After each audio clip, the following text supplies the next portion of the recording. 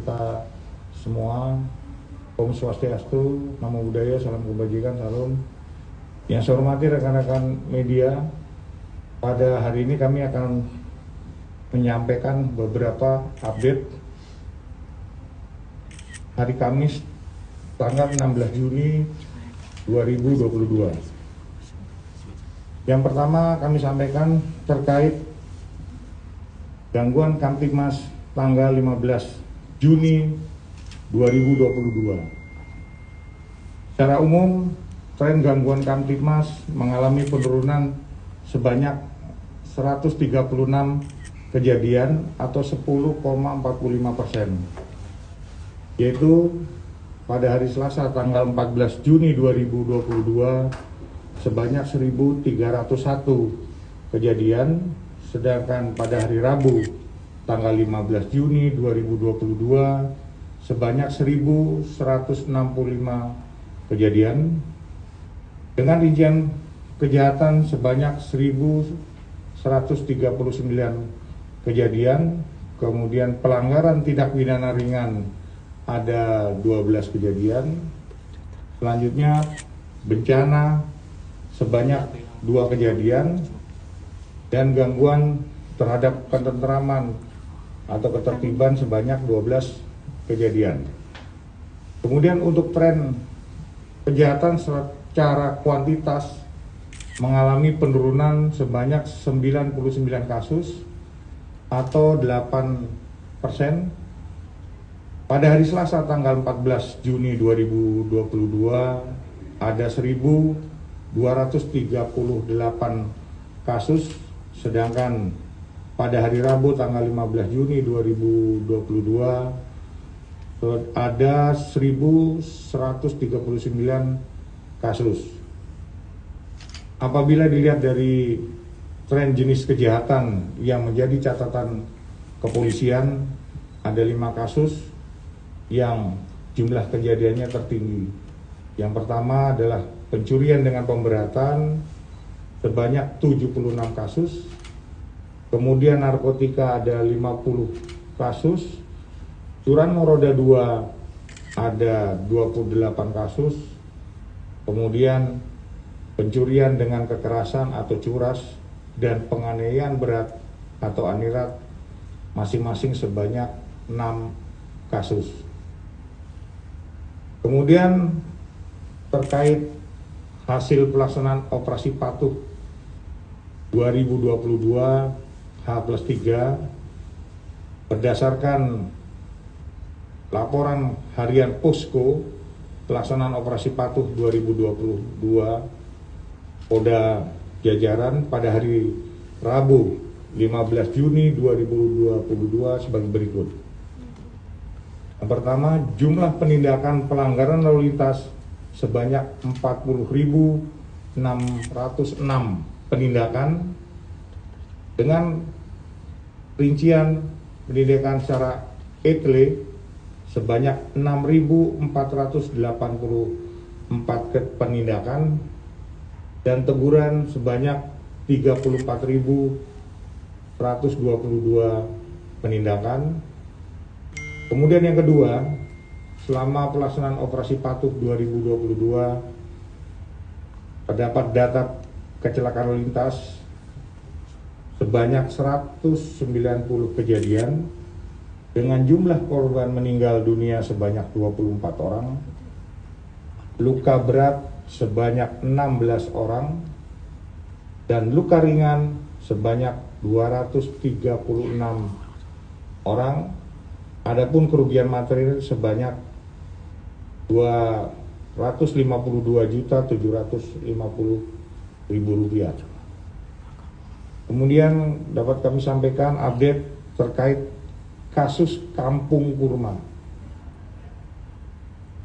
Disampaikan bahwa pada sekitar bulan November tahun 2016, tersangka AH ditawarkan oleh saudara RIA untuk menjual tanah miliknya seluas 8,4 hektar di Desa Sukaresmi, Kecamatan Sukamakmur, Kabupaten Bogor.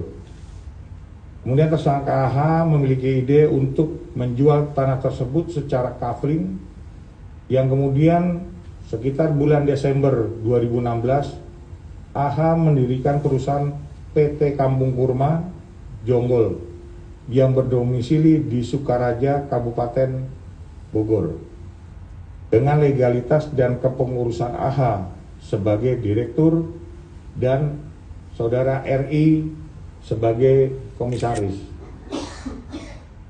Setelah berdirinya perusahaan PT Kampung Kurma Jonggol, tersangka AH dan RI melakukan penjualan tanah kapling melalui media online dan secara gathering, di mana awalnya tanah milik saudara Haji Adam yang dikapling hanya sebanyak 100 kapling dengan harga penjualan 78 juta per kapling.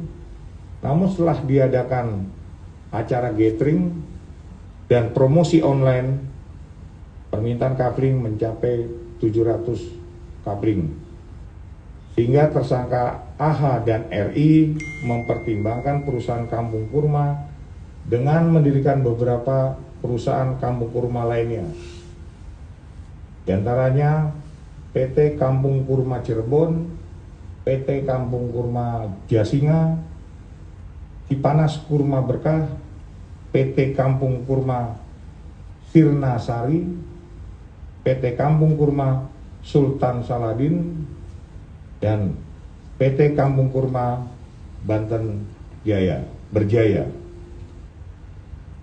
Tersangka AH dan RI melakukan pemasaran dengan merekrut tenaga marketing yang kemudian diarahkan untuk melakukan pemasaran produk melalui website kampungkurma.co.id atau kampungkurma.com, kemudian iklan media sosial Facebook dan YouTube, kemudian lembar brosur, serta ajakan langsung melalui acara yang diselenggarakan oleh pihak Kampung Kurma.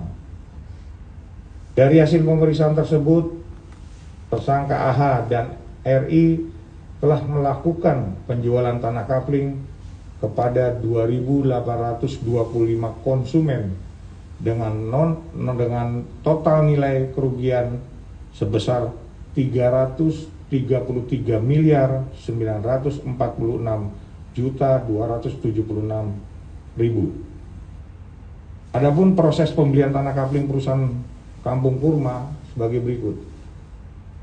Yang pertama, konsumen yang berminat melakukan pembelian akan diminta untuk melakukan pembayaran booking fee sekitar 1 juta sampai dengan 3 juta rupiah ke rekening yang diberikan sesuai dengan lokasi kapling tersebut. Yang kedua, pembeli memilih skema pembayaran melalui cicilan atau cash. Yang ketiga, pembeli mengisi formulir surat keterangan pembelian kapling atau SPK yang berisi data diri, lokasi kapling, unit kapling, dan persyaratan lainnya.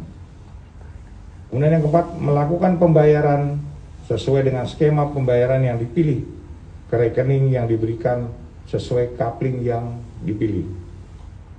Yang kelima, proses pembuatan perjanjian pengikatan jual beli atau PPJB, di mana untuk skema pelunasan atau cash keras akan langsung dibuatkan PPJB, sedangkan skema cicilan atau DP akan dibuatkan PPJB setelah pembeli melakukan pembayaran cicilan atau angsuran ke-8.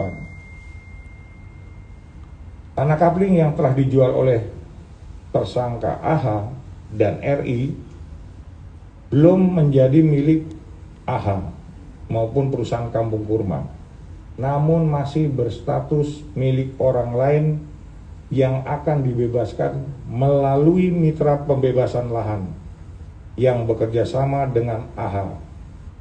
Sedangkan ketujuh perusahaan Kampung Kurma yang dimiliki oleh tersangka AH tersebut belum memiliki surat izin usaha perantara perdagangan properti atau SIUP 4 yang dikeluarkan oleh Kementerian Perdagangan RI sebagai perizinan atas penindakan properti milik orang lain atau pihak lain. Dengan tidak dikeluarkannya izin dari pemerintah setempat, masing-masing lokasi penjualan kapling tersebut berakibat tidak dapatnya dilakukan peningkatan hak milik tanah kapling menjadi sertifikat hak milik atas nama konsumen pembeli. Tindakan yang sudah dilakukan dalam penyidikan ini, yang pertama, penyidik telah melakukan pemeriksaan terhadap 49 orang saksi dan 2 saksi ahli dari ahli perlindungan konsumen dan ahli perdagangan. Yang kedua, melakukan penggeledahan 2 rumah di Bogor. Kemudian yang ketiga, melakukan penyitaan barang bukti dokumen, diantaranya surat pengesahan pendirian Badan Usaha PT Kampung Kurma, kemudian surat izin usaha perdagangan atau SIUP, tanda daftar perusahaan surat akta pendirian PT, kemudian keputusan Menteri Hukum dan Hak Asasi Manusia, NWP, dan lain sebagainya. 4. Telah dilakukan pengiriman berkas perkara tahap 1 ke JPU dan menerima P19 dari JPU.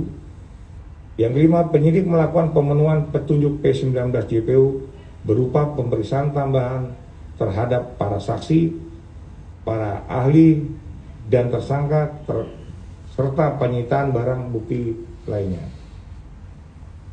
Kemudian kami sampaikan terkait update perkembangan dugaan penggelapan Wana Arta.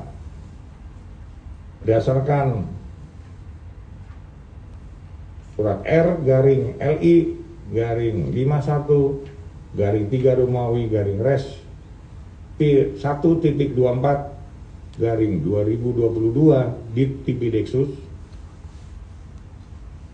tanggal 18 Maret 2022,